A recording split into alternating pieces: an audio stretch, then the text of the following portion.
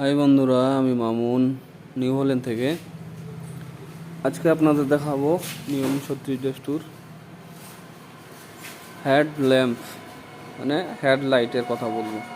আমাদের যেরকম আমরা চাষ করি, জমিতে চাষ করার সময় আপনারা দেখবেন যে সামনে দেখা যায় কিন্তু সাইডে দেখা যায় না। এই জন্যে আমাদের নিউ হল্যান্ড কোম্পানি সবথেকে ভালো কোয়ালিটির যে লাইট সেটি নিয়ে এসছে। আপনি দেখতে পারেন, আপনারা একটি সোজা রয়েছে ও দ্বিতীয়টি সাইডে রয়েছে।